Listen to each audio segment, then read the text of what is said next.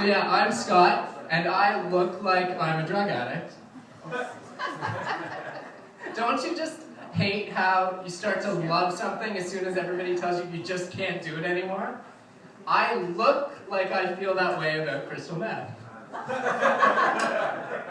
You know, the same way that Rob Ford looks like he feels that way about snorting reels of coke on the internet.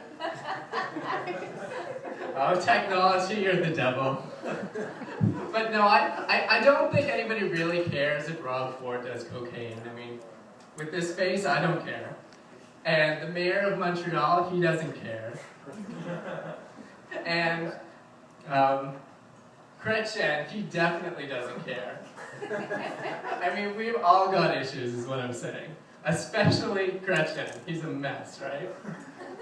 But when the Rob Ford stuff hit the internet, everybody weighed in on it. I mean, everybody was like, if it's true, he's going to hell.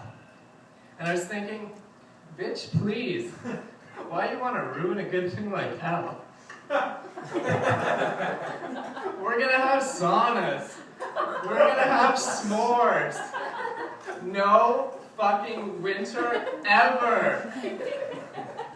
And you'll be there, and you'll be there, and God knows after the shit I'm going to say tonight, I'm going there.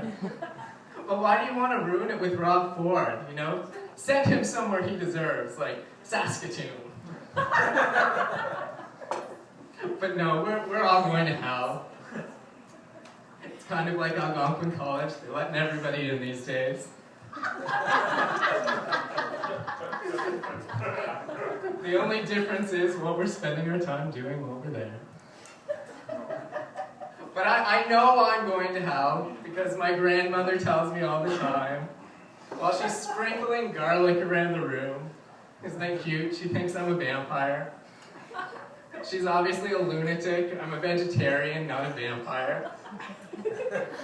But you'd be hard-pressed to convince my grandmother of that, or her special sky friend, Jesus. But I don't want to mess with her either.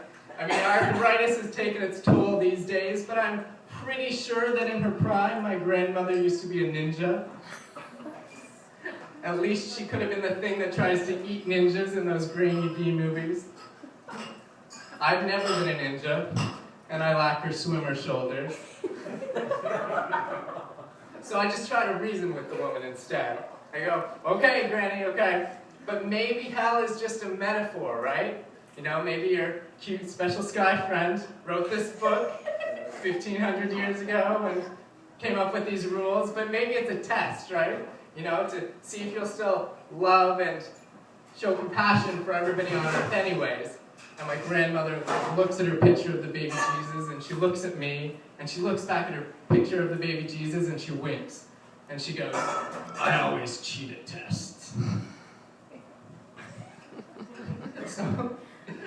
So anyway, I know I'm going to hell. What's the point of that?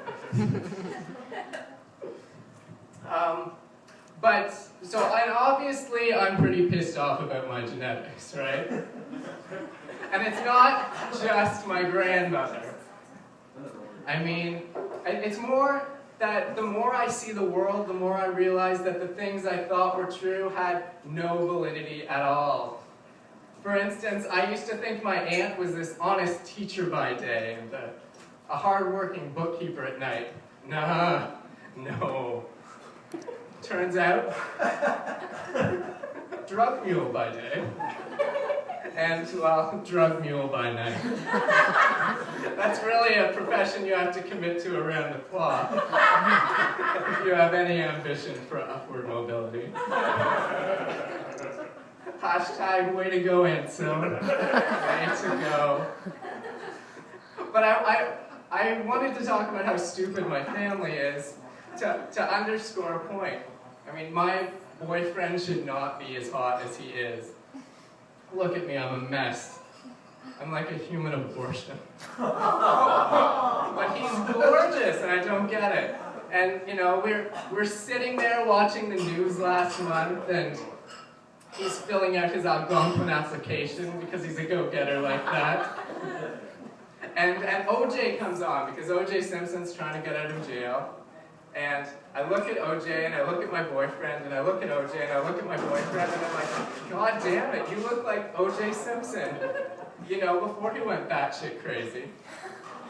And then I looked back at the screen, and I was like, actually, 65, OJ doesn't look so bad. Black don't crack, you know? It's good. But then the judge comes on, and he goes, OJ, you did